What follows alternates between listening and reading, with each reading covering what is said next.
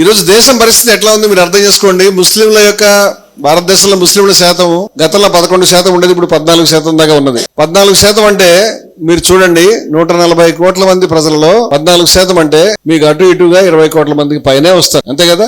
14 plus మళ్ళీ 4 పద్దులు 40, సుమారుగా 20 కోట్లు వస్తారు. 20 కోట్ల మంది జనాభా అంటే మీకు యూరోప్ దేశాల్లో చాలా దేశాల జనాభా కంటే చాలా ఎక్కువ, ప్రపంచంలో చాలా దేశాల జనాభా అంత లేదు. అంత జనాభాకి ఇది భారతదేశం మీకు తెలుసో లేదో నాకు తెలిసి ఇప్పుడు 2వ లేదా 3వ అతిపెద్ద ముస్లింస్ నివసించే దేశాల్లో ముస్లింస్ ఎక్కువ నివసిస్తారంటే ఇరాన్ లో, సౌదీ అరేబియాలో కాదు, భారతదేశంలో నివసిస్తారు అంతకంటే.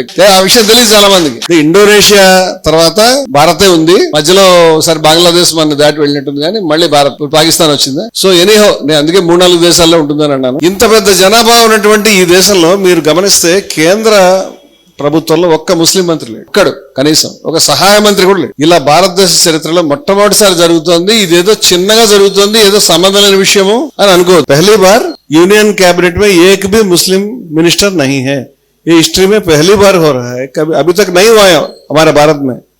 భారతదేశ స్వభావం మారుతుంది, మీరు గమనించాల విషయాన్ని. అంతేకాదు సుమారుగా 18 రాష్ట్రాల్లో ముస్లింలు, నేను విన్నంత వరకు స్టడీ చేయాలి, 18 రాష్ట్రాల్లో 18 राज्यों में एक भी मुस्लिम मिनिस्टर नहीं. ఇది చాలా దుఃఖించేటువంటి, ఆశ్చర్యపడేటువంటి పరిణామం. అంటే ఇలా జరుగుతూ ఉంటే అది మామూలు విషయం అన్నట్టు మన పనులు మనం చేసుకుంటాం, కానీ దేశ స్వభావం మారుతున్న విషయాన్ని మనం పట్టించుకోవట్లేదు. మీ కళ్ళ ముందు జరుగుతున్న విషయాలు ఇవన్నీ కూడా. ఇప్పుడు వక్ఫ్ బోర్డుకు సంబంధించి కేంద్ర ప్రభుత్వం చేసినటువంటి చట్టపరమైన సవరణ వల్ల వక్ఫ్ బోర్డును, వక్ఫ్ ఆస్తులు మేనేజ్ చేయడానికి ముస్లిమేతరులు కూడా ఒకళ్ళిద్దరు సభ్యుల్ని అనుమతించడం జరిగింది.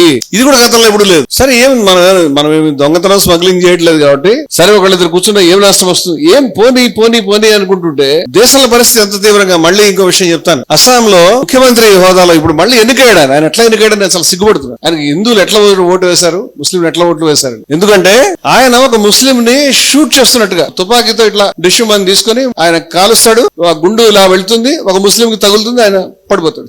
దీనికి పర్ఫెక్ట్ షాట్ అని పెట్టి ఒక వీడియో ఆర్టిఫిషియల్ ఇంటెలిజెన్స్ AI ద్వారా తయారు చేసి రిలీజ్ చేసి అది ప్రజల్లో ఇంత దారుణంగా మీరు దిగజారంటే, ముఖ్యమంత్రి హత్యలు జరిగితే కాపాడాలి, శాంతి భద్రతల్ని రక్షించాలి. మనకి ఏదైనా సమస్య వస్తే మనం పోలీస్ స్టేషన్ పోతాం. ఈ పోలీస్ స్టేషన్లు అన్ని కూడా ఆ DSP గారి దగ్గర, లేకపోతే CI గారి దగ్గర, లేకపోతే IG గారి దగ్గర, తర్వాత DGP గారి దగ్గర పనిచేస్తాయి. ఇవన్నీ హోంమంత్రి దగ్గర, హోంమంత్రి ముఖ్యమంత్రికి జవాబుదారి. ముఖ్యమంత్రి మనకి మొత్తం జవాబుదారి మన శాంతి భద్రతలకి. అటువంటి కాపాడాల్సిన ముఖ్యమంత్రి తనే ఒక ముస్లిం ని గర్వంగా షూట్ చేస్తున్నట్టు ఒక వీడియో రిలీజ్ చేస్తే దానికి నిరసన వస్తే దాన్ని వాళ్ళు బీజేపీ యొక్క అఫీషియల్ అధికారిక ఖాతా నుంచి రిలీజ్ చేసి దాన్ని విత్డ్రా చేసుకున్నారు. ఇది గతంలో ఎప్పుడు లేదు. మళ్ళీ ఎందుకు ప్రస్తావిస్తారంటే ఆయన మళ్ళీ ఎన్నిక కాగలిగాడు. ఎట్లా అంటే అది అభ్యంతరకరం కాలేదు.